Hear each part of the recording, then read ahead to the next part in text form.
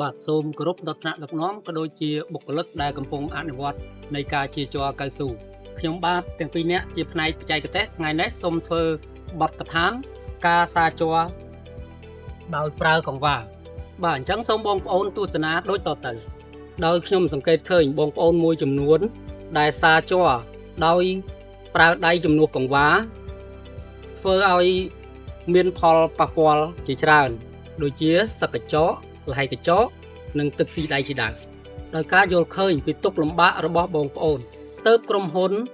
ណែនាំឲ្យបងប្អូនត្រឡប់មកប្រើកង្វះជំនួសដៃវិញដោយការប្រើប្រាស់កង្វះដំបូងតែងតែមានភាពលំបាកបន្តិចបន្តួចក៏ប៉ុន្តែបើសិនជាបងប្អូនប្រើជាប្រចាំបងប្អូននឹងមានភាពងាយស្រួលលឿនជាងមុនហើយនឹងមិនប៉ះពាល់ដល់បងប្អូន